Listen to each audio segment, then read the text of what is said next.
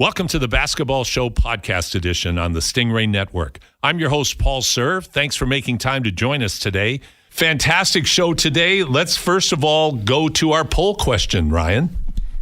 Over on Twitter, basketball_show. Today's topic is about the NBA Finals. Who's the Finals MVP? That's kind of the prediction, and you can argue there's four candidates. That's who we decided on. Luka Doncic, Jason Tatum, Kyrie Irving, and Jaylen Brown. So far in the early results, we've had a decent amount of votes already. Luka Doncic is the favorite, and Kyrie Irving is second. So it's kind of surprising maybe to some that it's not Tatum and Doncic as the two guys, but Kyrie could steal it. He's had better rounds so far than Luka has had in the playoffs, so I guess. But I think Luka's assists and rebounds will sway voters. Well, I think so as well. Like, to me, Luka's the clear-cut favorite from an outside looking in. He had record numbers in his series that he just completed against the Timberwolves. So Luka's got to be the favorite. But to me, Tatum, he's going to probably end up being it because going into the playoffs, I think a lot of people, myself included, and we'll talk about this more in a bit, favor the Boston Celtics over Dallas. Our text line is 1-833-401-1440, 833-401-1440. Text in any observations, questions. We'd love to hear from you today. Well, let's get going, and let's talk about the Mavs and the Celtics being in the finals. Any surprise for you, Brian? Yeah, a little bit, to be honest, Paul. I think, well, I shouldn't say that. I did have both the Celtics and Mavs winning this series. I still can't believe that the Nuggets are out. It's been a couple weeks now, and I still can't believe they lost that Game 7 at home. I thought that this was just lining up for really the beginning of a dynasty here this year. I thought they won the first championship last year. I thought they were going to do it again this year, and once they went down, I think the path really opened up, and I thought Charles Barkley made a pretty good point. He raised it a few times on Inside the NBA this last week, saying that the Nuggets probably would have beaten the Mavs. It's just that the T-Wolves the Mavs were not a good matchup for the T-Wolves, whereas the T-Wolves were much better equipped to face the Nuggets. And it's just a matter of, you got Team A, Team B, and Team C, and Team C might be able to beat Team B, but not a Team A and Team E can beat Team B kind of thing. And the stars have just aligned. And you know what, though, this has been a coming out party for Luka Doncic. Like, this is where there's moments out there that I saw in the conference semis this past week where I'm like, this is Michael Jordan-esque. In both, I'm not saying that he's on that Jordan level. We've already had enough players compared to him this playoff that don't need to be. But just that will, that killer instinct, that indomitable presence, and the will to win reminded me a lot of Michael Jordan, and I guess Kobe Bryant. We would include in that conversation as well. I wouldn't include Kobe, but I'm not a Kobe guy in the way that a lot I but you're right. Competitiveness, though, and that will to win. Will to win. You're 100% right, Brian. I think everybody has every right now to start comparing Luka to Michael Jordan. You may want to go at different stages of Jordan's career. And Jordan winning 6 championships, that separates him from anybody, Luka included in that respect. But if you want to talk about just on-court play, you can compare Luka with any of the greats of all time in terms of what he's able to do on the court. I want to come back to that, but before I forget, I want to talk about something that really ticks me off. What in the world were they thinking to bring Draymond Green on with Barkley, Kenny, Shaq, and Ernie? Yeah. How Green's an idiot. Entertainment, though. He's not entertaining. He's just irritating. Like, to me, like, he is not entertaining in the least.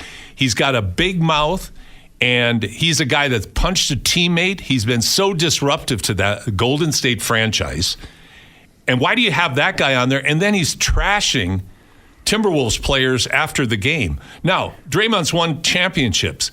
And if he had not been in the Golden State Warriors uniform, he never would have been talked about as an NBA player. He is just one of those lucky guys that ended up at the exact right franchise at the exact right time. Because if you put Draymond on his own, he's average at best. But within the system, playing along Curry and Thompson, his talents were able to be maximized under Steve Kerr's tutelage.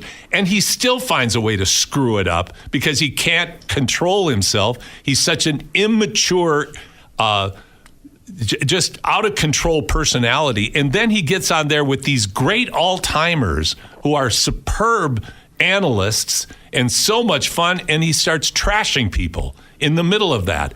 I don't get that. There's so many other players I would rather see there than a Draymond Green. I think, well, do you know where I stand on Draymond? Yeah. Draymond. Did I leave anything up in the air? There's so many things you could talk about Draymond, and the Draymond the player, Draymond the analysis, Draymond the person. They're all different things. It's a rabbit hole to get down. I'll just say this. I thought with his personality, you already have a couple of, we'll say, loud, opinionated, brash personalities on that show in Shaq and Chuck. Right. I thought putting Draymond on, regardless of how you feel about Draymond Wenwerner, that was too many of those personalities, and now they're just all competing for airtime. I mean, they're already yelling over top of each other as it is, and now you have somebody else in there. And to your point, Paul, about him trashing everybody, I mean, he was going really hard on Rudy. A lot of the T-Wolves, and he was doing this in the previous rounds too with other players. And I was just thinking to myself, he's going to have a few receipts when he gets back on the court next year. Now, we'll see if anybody cashes it in. He's been talking about a lot, but he's had a lot to say about a lot of players. And it's interesting for someone to be saying this who didn't get out of the play-in round. Well, it is, because it's what have you done for me lately? And what I would say with Draymond, he hasn't done anything for anybody lately. I'll play devil's advocate for you a little bit here. Can you turn your mic off? No, I'm just kidding. He's an entertainer, and although you're annoyed with him and you think he's an idiot, and sometimes he has idiotic takes, and on the court sometimes he is just annoying, straight up. But people, we're talking about him. We're talking about his analysis, and he's generating clicks and generating people talking about him. To your point, Ryan, he's like, their ratings were huge, and their ratings were always very good. But I mean, it's a money world. I mean, it had people talking and it had people watching. You know what? That's fair, and that means that it worked, because it ticked me off enough to want to make a strong point about it.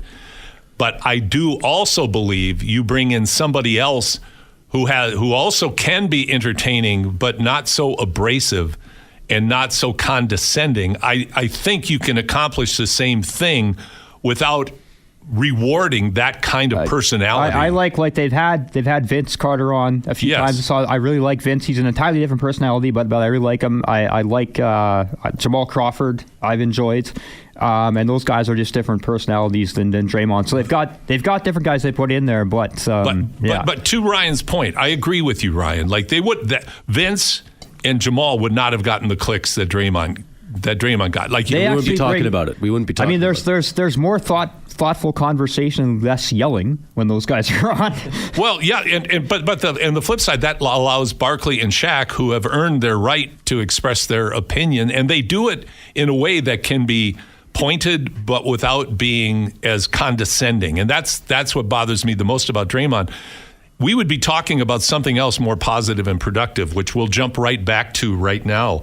Let's talk about the NBA Finals. And you're listening to the Basketball Show on Sports 1440. We now have the Mavs, who defeated the Timberwolves. And one comment about the Mavs, though. What I found interesting about the series was not just the great offensive, stellar performances of Doncic and Kyrie, but what I really liked about what they did is, man, oh man, did they expose the Timberwolves in terms of what their weaknesses were. And you made a point, Brian, a moment ago about the matchup issue. That's always the way in professional sports, is how your matchups work. The Timberwolves are designed to match up with the Nuggets, but nobody has found any kind of way. How can you match up with a guy like Luka Doncic, who does not play fast, but plays under total control and can manipulate the defender no matter how agile, athletic, or accomplished they are? Well, I think, Paul, and I was actually really wanting to get your opinion on this. I was thinking about this week. What you would have to say about this is this speaks to the dichotomy of this series, is the fact that the Defensive Player of the Year was at times a defensive liability in that series. Absolutely. And I was just curious your thoughts about how the Mavs, for lack of a better term, exploited Rudy Gay. Rudy Gay? Go Bear. Rudy Gay made a comeback of Rudy Gay. That's why. That's what happened. Yeah, they swapped Rudy Gobert, Rudy Gay. But yeah, many Rudys. It's a great question. There's two things that I would point out, and one is a shameless plug for the lead assistant coach for the Dallas Mavericks, Sean Sweeney. teammate of my son Steve's in his last year of high school, is going to be an NBA coach one day, but he devised a defensive scheme that really, really upset and made the Wolves uncomfortable throughout the entire series. Like, Cat was just baffled as to what was going on out there. And even Edwards, like, if anybody thinks Anthony Edwards is Michael Jordan, think again, because he's not. He's going to be a good player. He's a real good player. Mm-hmm. He's not Michael Jordan. And they exposed that as well. But Rudy Gobert, Rudy can change shots. And I think a lot of people, myself included, don't think he was Defensive Player of the Year. But be that as it may, that's what he was awarded. But when you take him 35 feet from the basket, and you make him guard the most crafty player maybe ever, he is a defensive liability because that's not his thing. His thing is changing shots at the rim. And the Mavericks made it difficult for him to do that. And so you're right. That's what we're talking about here, is they exposed the Wolves' weaknesses on both sides of the basketball. Plus, you have Stan Van Gundy called Doncic and Kyrie the greatest backcourt of all time. Greatest scoring backcourt of all time. Greatest scoring. And how do you argue with that? Do you agree, Paul? I can't think of another backcourt that would equal. Pardon me? Curry Clay? Yeah, but I think these two are better as a backcourt tandem. I think they're better because of both of their abilities to create their own shots. Steph could create his own shot. Thompson really doesn't. Thompson's a systems guy, and he's a great player, and that up to that point. But this is again goes back to that metaphor of the new Terminator series. You've got these two new Terminators out there that do things at a higher level than anybody, especially Doncic. We know what Kyrie can do, and he does it very, very well, but he's streakier. Doncic, his craftiness kills you every way. Whether he's scoring or passing, he just carves you up and humiliates you because he controls the pace like no player I've ever seen. Well, that's part of what reminds me of Jordan. And again, like, I'm not comparing him to Jordan, but it's just like little elements like that I have not. I've seen very, very, very few players that's a good since comparison. Jordan to do that. And it's just and so it's when you think about that, it's hard. I think the Celtics probably should win. But it's looking at this guy, looking at how much of an absolute stone cold killer Luka is. It's like, how can you pick against this guy? That's what's going to be interesting, because I agree with you. The Celtics should win, especially if Porzingis comes back and can play physically. Like, you would have to favor them. But on the flip side, the way Dallas shored their supporting cast up with that trade, that midseason trade. That's got to be one of the best midseason trades of a long time. Yeah. Unbelievable to be able to bring in those kind of role players that perfectly complement and build around your two stars. And going back once again, would Luka and Kyrie be able to play together? Well, number one, Kyrie adjusted his attitude to make it doable. And that is to me, that's the most important. He's matured a lot, I think. He has. The earth now is round, and that's I'm not sure about that yet. Yeah, that's true. That's true. We really don't know. But he has matured, and he's talking like a normal human being now when he's talking about the team, which has been really refreshing. But it's a very compelling series to have that kind of backcourt against the wings of Brown and Tatum. That's marvelous.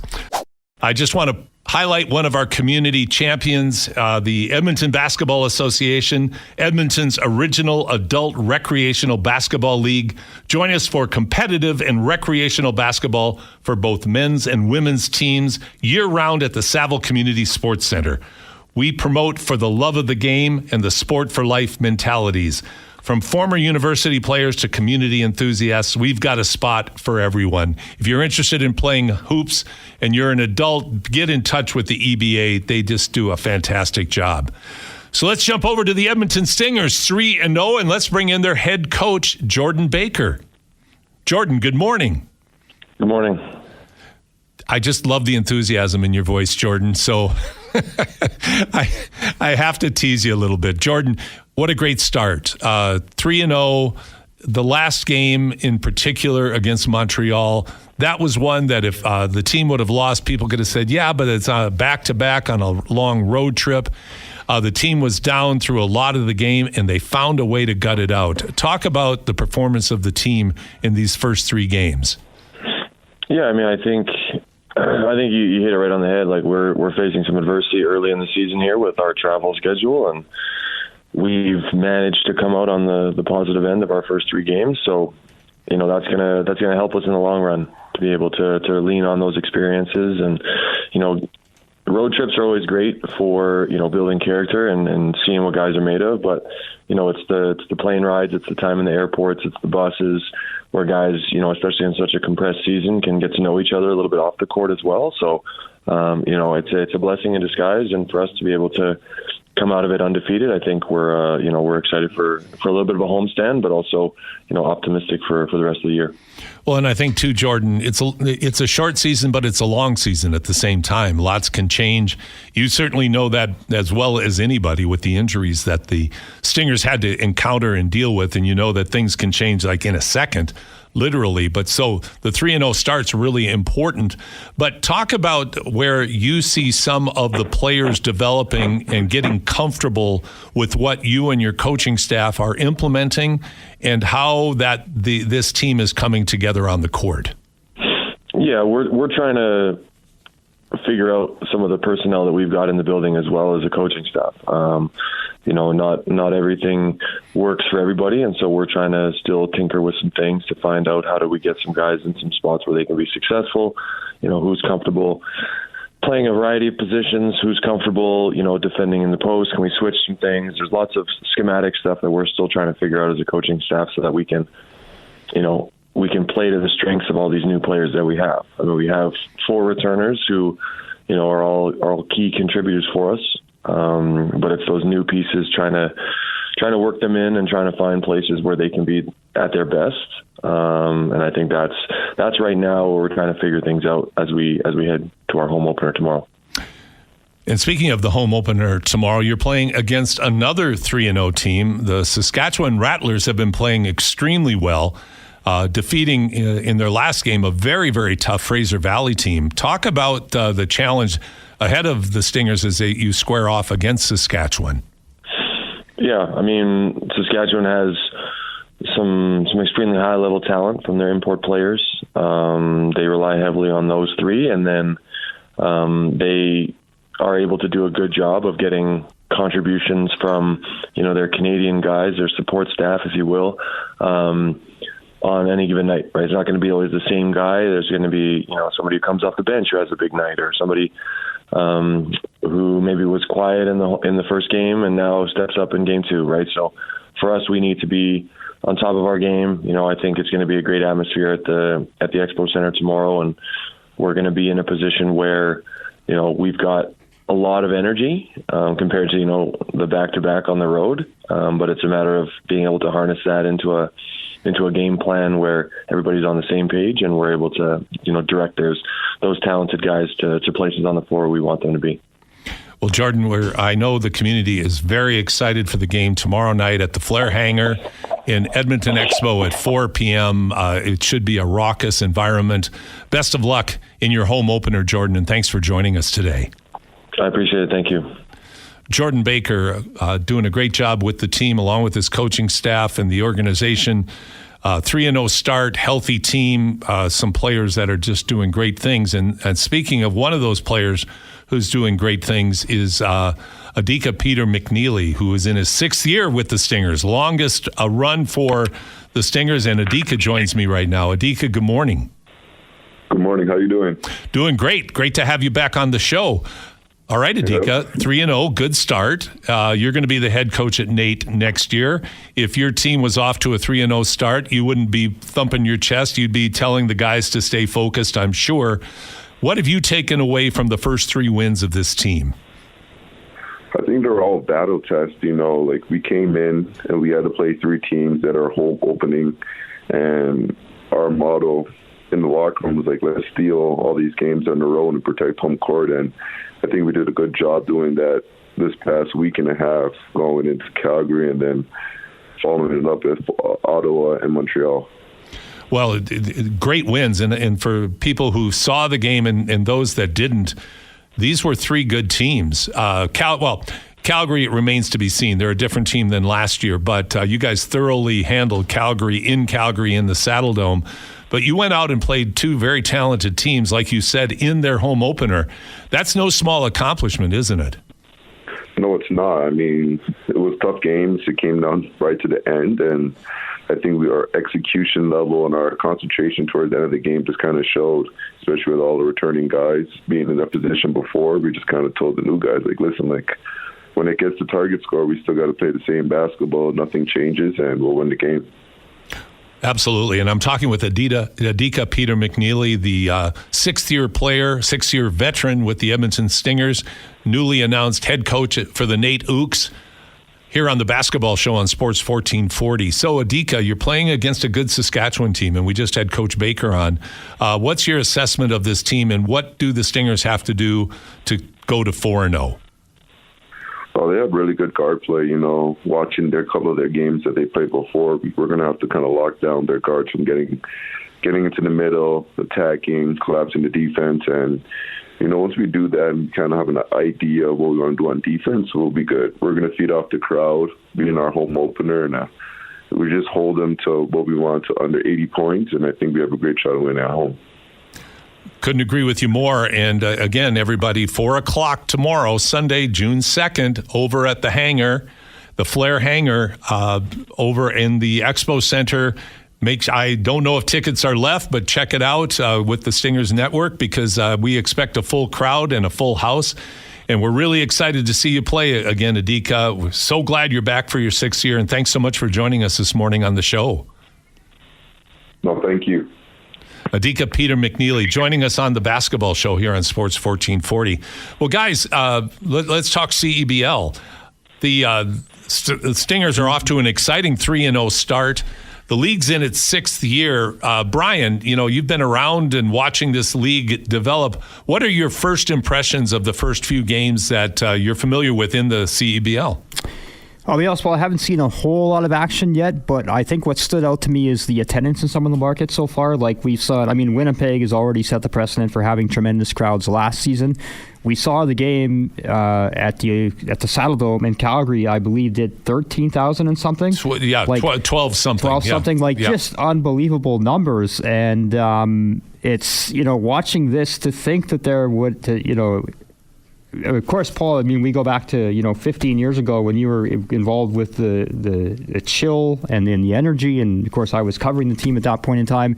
And just imagine if we would have sat there at the McEwen Gym and thought there'd be a day when an Alberta professional basketball team would be drawing that kind of a crowd. So thousands of people. I mean, I know that's not something that you're going to do night in, night out, but even for like a special one-off night, I just thought that was tremendous. So that's really jumped out to me. I know some markets are still, they want attendance to be higher, but to see this kind of potential, to see where, quite honestly, CEBL games are outdrawing some CFL games right now in the preseason. I mean, you're looking at how much this is becoming, the CEBL, the league, is becoming a prominent fixture on the Canadian sports landscape.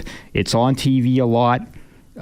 It's getting a lot of coverage, and it's just becoming more and more a part of Canadian sport culture.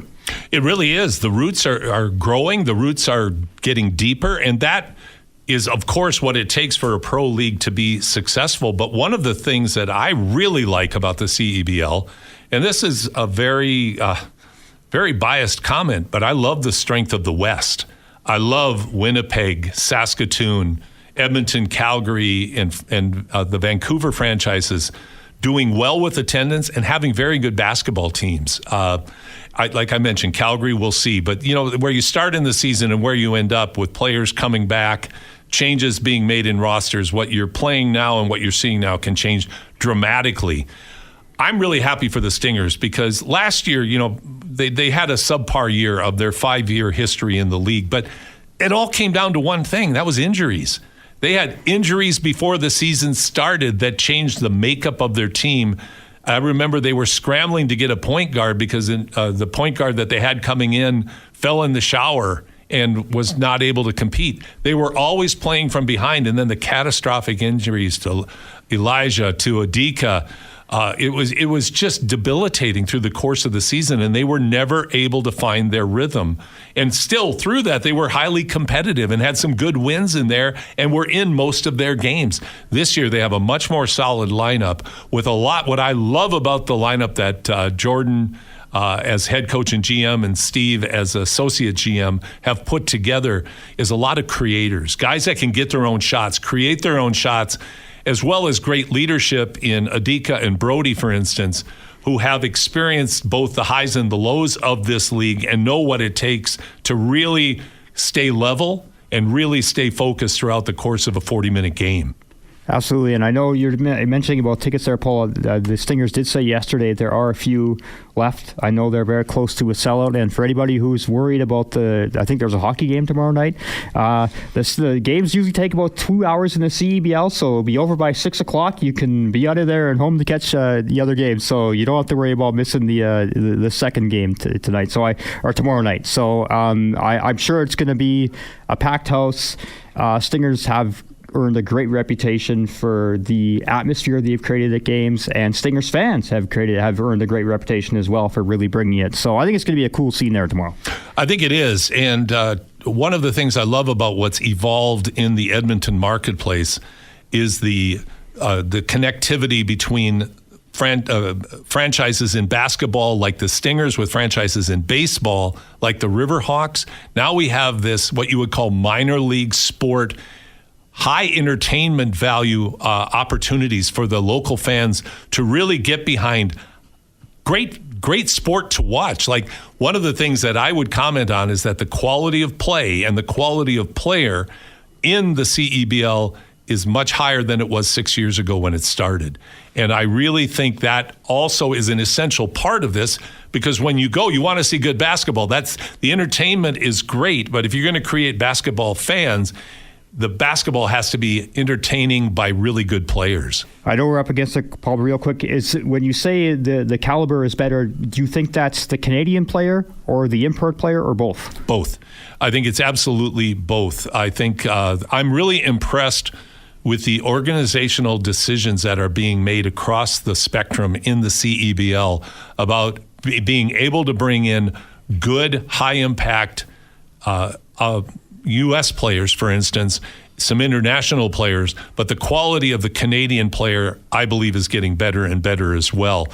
And that really was the vision of the league, is to improve the quality of play at all levels. But now I think it's having that desired trickle-down effect into youth sports. I think this is the first year you've had a CCAA player in the league. Yep. So those are the kind of developments we need to see, followed by a women's professional league and a 3x3 professional league. But I digress. So everybody, tomorrow, 4 p.m. at the hangar, the Flair Airlines hangar, Hall D in the Expo Center, the undefeated Saskatchewan Rattlers come to town to play against the undefeated Edmonton Stingers. And before we get to our in-studio guest, I want to read part of our community superstar acknowledgments. And I'm going to celebrate the Edmonton Basketball Officials Association, which is the premier basketball officiating group in Canada. As one of the largest basketball officiating groups in the country, the EBOA boasts a deep roster of international and post-secondary officials.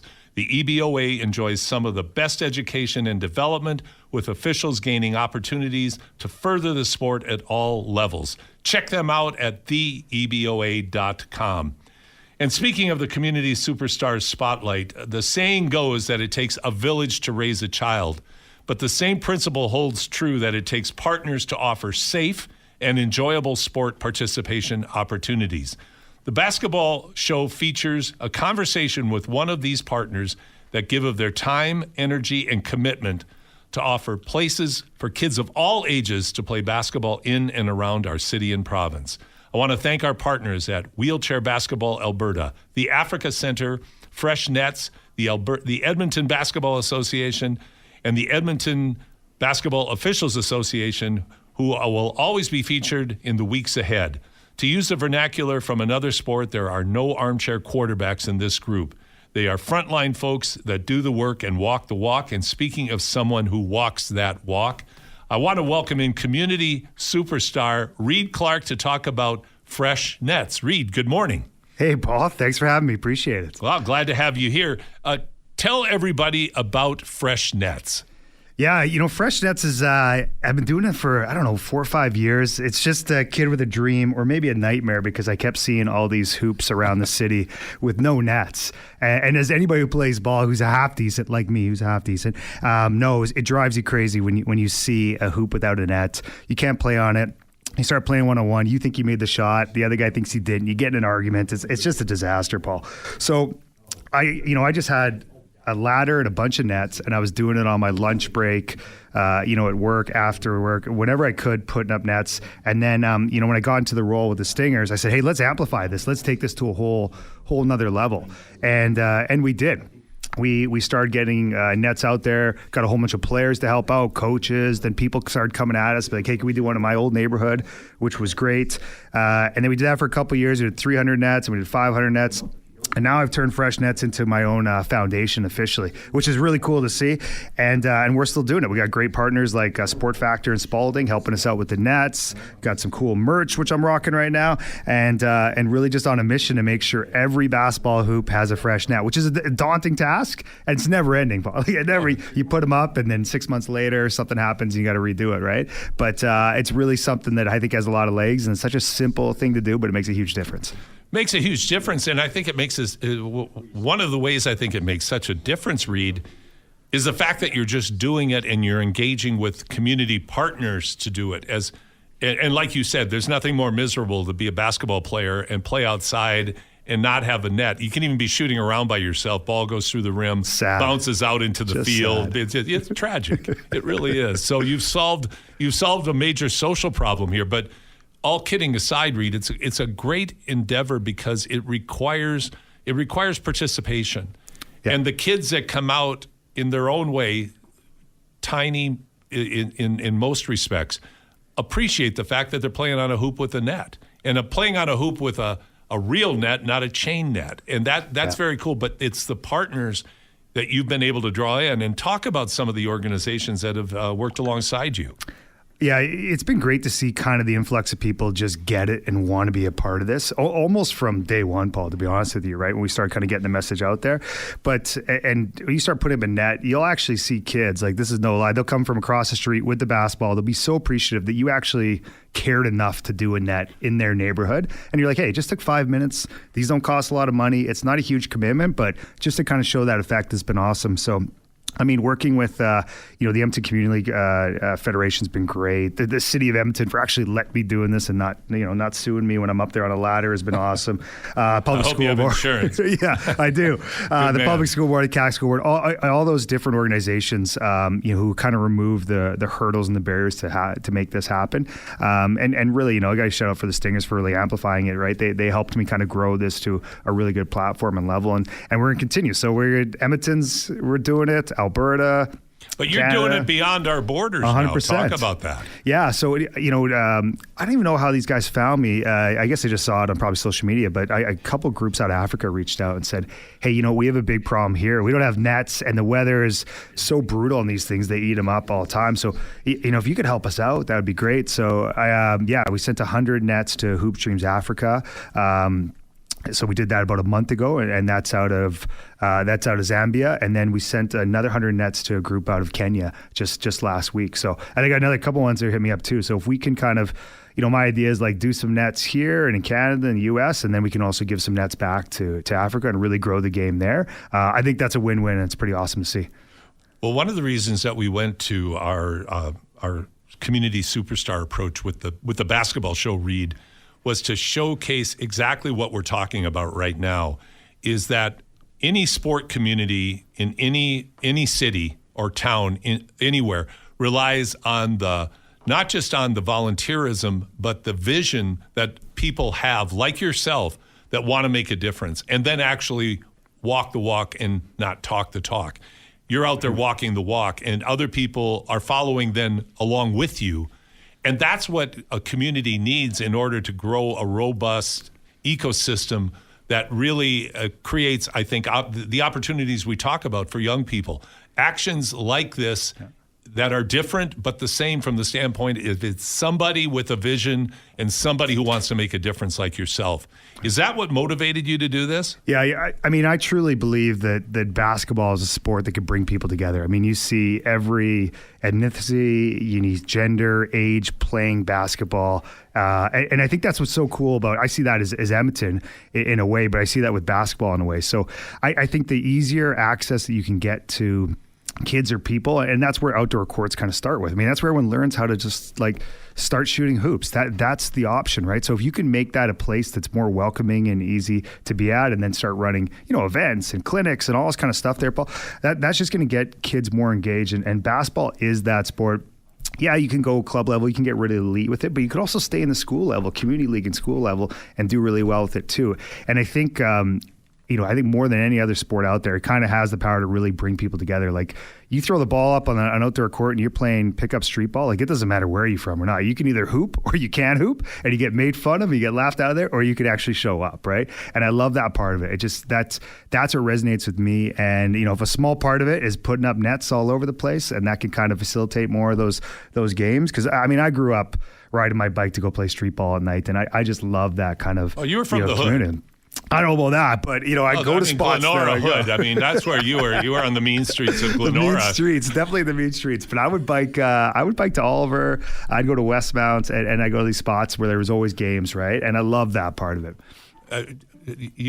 Anybody, if you want to find out more about what Reed's doing, go to freshnets.ca online and find out about this fantastic activity. And you've given us a great segue into the next topic, which is the Hoop City 3x3 event coming up, Reed. And one of the motivations behind Hoop City, and for anybody who listens to our show, they know that that's our title sponsor of the basketball show. It's coming up July 5th to 7th at the Fan Park in downtown Edmonton. It's a multifaceted 3x3 event that crosses all kinds of lines. We literally have the best 3x3 teams in the world who are going to be playing there in the final tune-up world team matches before the Olympics in Paris, and many of the players and teams in this event are going to be going and competing in Paris, including our own Canadian women's team, comprised of 4 Alberta women, 2 from Edmonton, the very famous and I think idolized Catherine and Michelle Plouffe. But what we also have is we have a secondary FIBA 3x3 qualifying opportunity to go to a world event. But what I really consider to be the heart and soul of the event is our community event, which is designed to accomplish exactly what you described, Reed, and that's to get kids in small groups to go out there and just play 3-on-3 basketball. 100%. I mean, when you first start talking about, the Hoop City part of this, I think it was back in the winter, Paul. I love the Master Series. I love the women's team is incredible. The men's players, the only stop in North America for this tour, which is really cool to see. So the city's got to support this event. But when you talk about the Hoop City part of it and the kids getting in there and the 3x3 and all the different things, I mean, that's what I grew up on. Rocking the rim, hooping up. I still have my trophy up somewhere. Somebody was my sister was in my office there. She's like, "You still have this?" I'm like, "Yeah, I loved it. I was proud of it." And if we can bring that kind of vibe and get everyone together back with this event, and I think we're close, right? It's pretty powerful, and it's such a cool thing. I mean, we want to take something like where you see Hoop Fest in Spokane and bring that up here and make this the biggest, coolest, most encompassing 3x3 event in the country. And we can do that. We can totally do that. And when you pair it with a really cool professional level event in the Women's Series and the Masters Series, I mean, it just makes so much sense. And then downtown, when you got the Rogers in the background, you got everything going on, it's so cool, Paul. So, I really want the city to support this event, and I think it's probably the best one out there to do it. Well, it is. You know what? In terms of what we're offering, it is the best. There's nothing like it in the world, honestly, where you have the Masters level players, the opportunity for aspiring adult players to be able to get into the bloodstream of FIBA 3x3, and then along with being able to go play a 3x3, we're going to have entertainment on site, food trucks around. There's going to be music. There's going to be dancing. There's going to be all kinds of cultural activities. It's going to be a phenomenal event. And Reed, your day job is you're the CEO of Sport Edmonton, and you're doing a remarkable job with that. The support of Explore Edmonton, the city of Edmonton, the province of Alberta. just the community in general. I think the fever's catching. I think the momentum is building, and more people. What they have to see is the value. This is not taking away from 5-on-5. It's adding to life experience and having a great time that you can't have in any other way in the sport of basketball. Yeah, 100%. And that 3x3 is kind of that gateway drug, right? Like we look at that with like flag football and getting into football. It's a similar sort of thing, right? It's an easier access point for people to play. And it's really how everyone starts learning how to play basketball, right?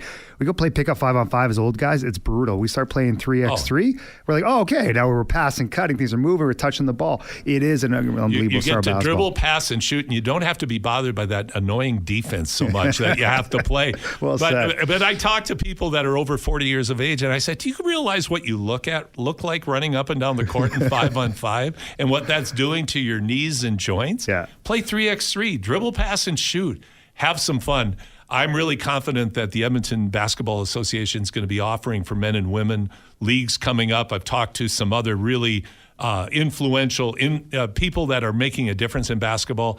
They're either doing 3x3 or they're going to start doing 3x3. But what I want them to see is that this is an opportunity to take all of those efforts and push people towards this community event that can go such a long way to supporting organizations like the Africa Center, the Indigenous Sport Council of Alberta, the Free Play Kids programs. We have so many worthwhile programs, and we want this to be a legacy event that gives back to the community and supports them through this. And the great thing about those organizations, Paul, is you're not ramming basketball down their throats. They love ball. They love ball already, man. So let's give them an outlet and a place to play and be a part of it.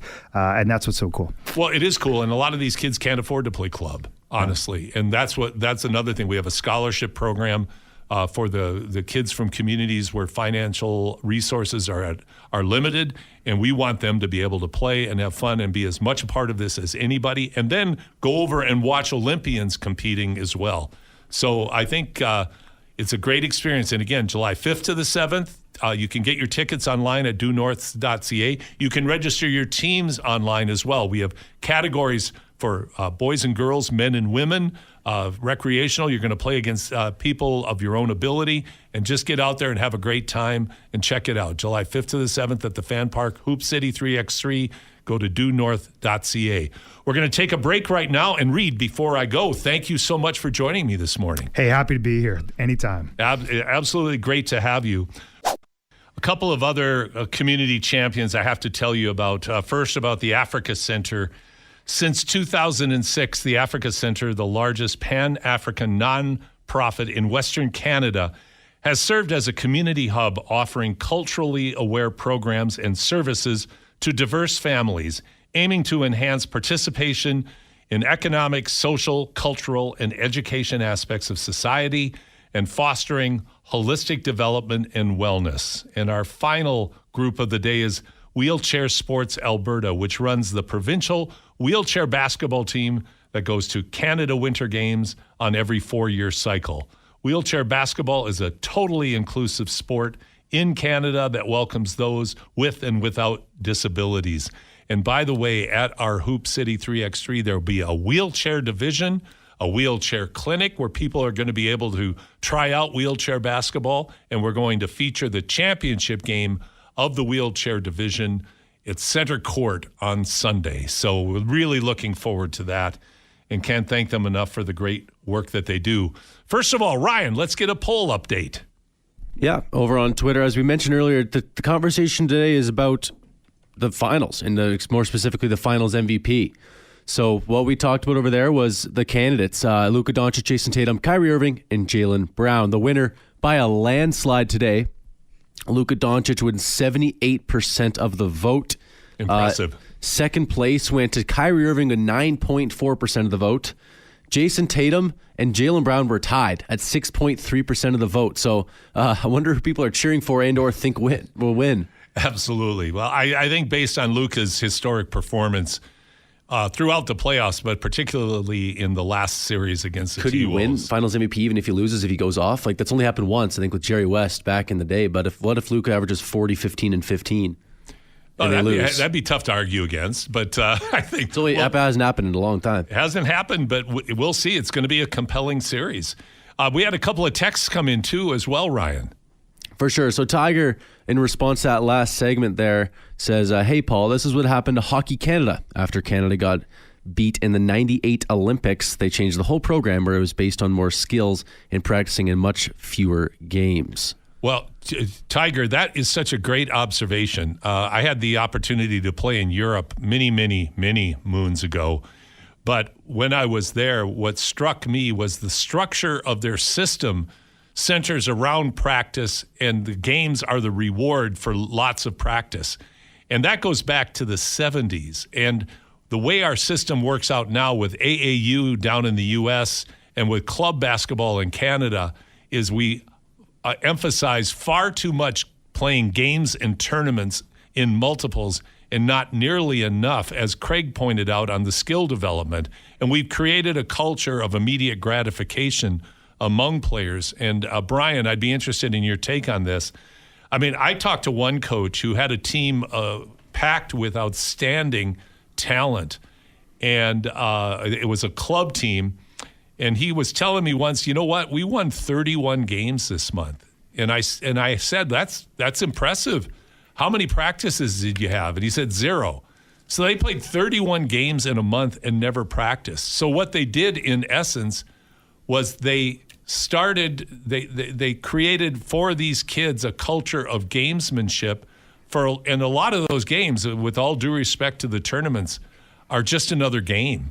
If you're going to get better, there are no shortcuts. And I think that's what Shoot 360 emphasizes and what Tiger emphasized, and why Canada went the direction of skill development. Because if you don't have the skills and you don't work at the skills, you're going to be a game player. But that doesn't mean that translates into what I call real basketball, which is high school and university. That's real basketball because that really matters.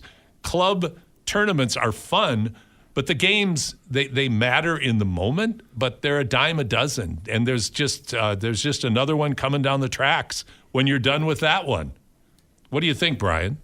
Yeah, well, you could speak to that, and from the coaching perspective, much more than I can, Paul. I'm not even going to pretend to be able to have any expert opinion on this one, but I do. The Hockey Canada comparison was really interesting with 98. That was kind of a wholesale change in thinking and mindset towards how players are being developed, and I think you're seeing that reflected in the approach that you're speaking about here, and it's going to be interesting to watch. You and I were talking a bit off air about this, and some of the initiatives that are being planned for the future. Yeah, and I don't have much to say about that, Paul. Like I say, but I think I'm just fascinated to see, and stuff like that always intrigues me. Like the balance of practice versus play.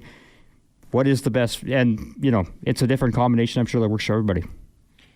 Yeah, I guess I'll disagree with you. Like it to me, it's a cultural tradition that's evolved, and it's evolved without a thoughtful central planning process. And to your point, though, Brian, Adam Silver's come out and said we have to play basketball differently in North America. Like North America, the U.S. is successful because of volume of players, and really you have to link Canadian talent development. Yeah, with I was going to say, like when we're saying that, we're referring to America. Basically, the Canadian system is very similar, right? Absolutely. Yeah. So Tiger, great tech. Go ahead. Yeah. Right. No, I was going to say, like so many of our best players are coming through the American system now. Anyway, going there to play high school, that I think we're kind of lumped in with that. So even when we look at this and we say, all the MVP candidates this year are non-American players. I mean, Shea was essentially the product of the American, or North American system. Yeah. And a lot of these players, Shea included, developed great skills when they were younger, but where you really see their development at the NBA level is they catch up in terms of the individual skill development. And when you look at Gilgeous-Alexander and what a skilled player he's become with his ability to basically score in a variety of different ways and take what the defense gives him in order to score. That's through the hard work he's put in since he's become an NBA player, evolving into an NBA star. Ryan, you've got another text for us. This one comes from Harry, and he's talking about just like that coaching you're talking about, and sometimes coaches are a little misinformed, and when they're benching people. He said his son got benched for missing a three. Well, I would say to Harry, not knowing the context would be, as a rule of thumb, you don't bench anybody if they miss a shot that they're supposed to be taking. I guess the question can be asked, not knowing the context, was it a bad shot that was taken after other bad shots were taken? But what I'm hearing probably from Harry is that he felt his son was singled out and punished for missing a shot, which is something that coaches should never do, is that if a player misses a shot that they're expected to take, to pull them from the game, that can be damaging to the kid and his development. So I hope your son is doing okay. He said he hit 30 next game. So imagine 30 points. Imagine not 33s. Well, if he had 33s, then let's sign him up. But if he had 30 points, if he that's, I think, a testament, Harry, to your son and the resilience that he displayed and the toughness that he displayed, that he took a negative and was resilient and came back to prove his coach wrong the next game. So good on him. And by the way, that's a lesson kids really need to learn, is how to overcome adversity and to be resilient when they don't have the outcomes that they're looking for, either when they're playing themselves or when they're singled out by a coach. You have to be able to be tough enough to come back and really refocus your time and energy and not dwell on the fact or use it as an excuse not to play hard or play well. Do you have one more? It's also from Harry, just kind of about the coaching thing. He says when he coaches soccer, he gets belittled because there's little scrimmages and mostly skills. And maybe apply that to basketball. When you're coach, Paul, do you prefer to have a more scrimmage-based practice or skills-based practice, or what percentage of both would you have? Okay, well, again, I'm in an opinionated mood today. So coaches that are using scrimmage-based practices either don't know what they're doing. He's talking about soccer, but you can talk about I'll talk about basketball. A, don't know what they're doing, or B, they're lazy. And that and there would be C, which would be the rare exception, would be a coach who can effectively teach while the athletes are scrimmaging. But if you're just having players scrimmage, you're not putting time and energy into development. If he gets belittled for teaching skills in soccer, Harry, have the skin of a rhinoceros and just keep teaching kids how to play, because this is parents being impatient or being critical where they don't probably know from what they're talking about, to be quite frank. And again, I'm being opinionated here, but I see this very often.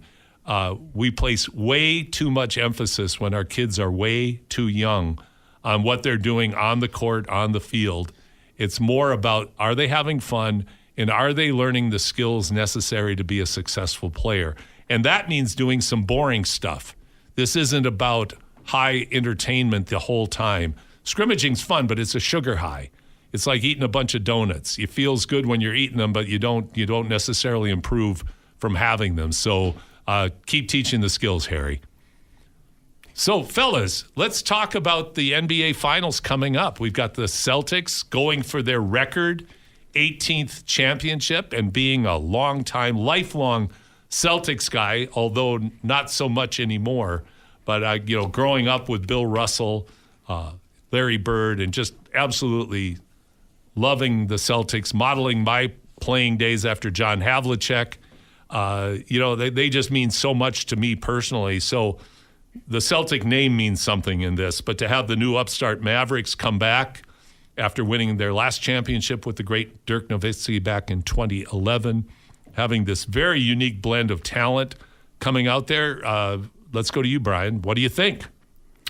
Well, as I was saying earlier, I think the Celtics should win this, but I'm at the point now where it's hard to bet against Luka. Well, so we'll see. I mean, if the Mavericks are going to go as far as Luka can take them, really, and we'll see if he can take them to the absolute top of the mountain. He's got them this close, and let's see if he can get them over the edge. The Celtics continue to be a fascinating team. We talked about this throughout the playoffs, how we still don't really trust them.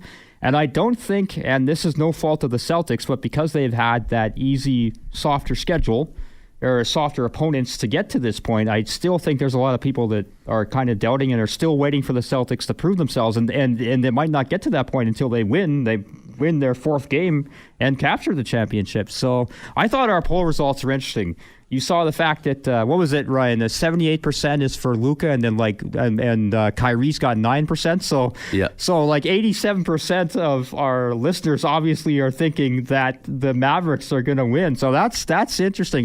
Maybe that's a bit of a sentimental favorite too. I think Luka certainly captured the imagination of the basketball world right now. Caitlin Clark of the NBA.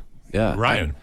I think at the parallels of the Mavericks from you mentioned the 2011 run to now is awfully similar. So the run that they had in 2011, for people who forget, they took down the Blazers in the first round with LaMarcus Aldridge in 6 games.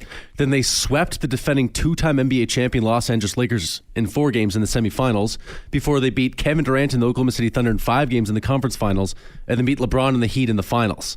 That's a murderer's row they went through. Exactly. There. And then this year it was 3 straight 50-win teams that they took down. Yeah, the parallels are very similar. I'd give the Mavs the edge, honestly.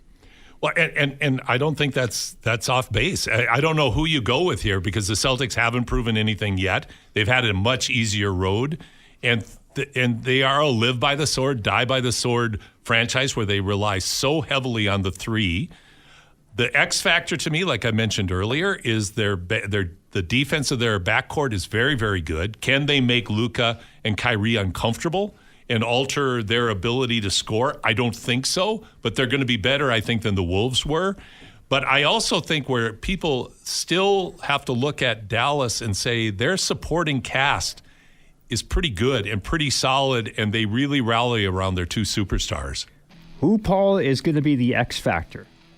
The X factor to me is probably I'll pick one for each team. The X factor for me is Derek White for the Celtics.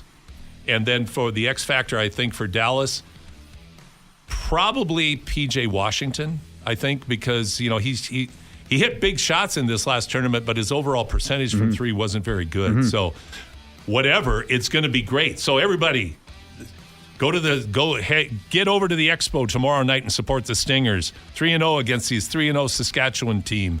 4:00 over at Hall D, the Flair Hangar. And then as well, sign up for the FIBA 3x3 event at Hoop City 3x3. Go to donorthevents.ca. We have a marvelous NBA Finals coming up starting later next week. And I think there's a little bit of hockey happening in the city as well. So support the Oilers. It's a big time for our city. Thanks so much for joining us today on the Basketball Show on Sports 1440. Have a great week on and off the court. Treat each other with love and respect, and we'll see you next week.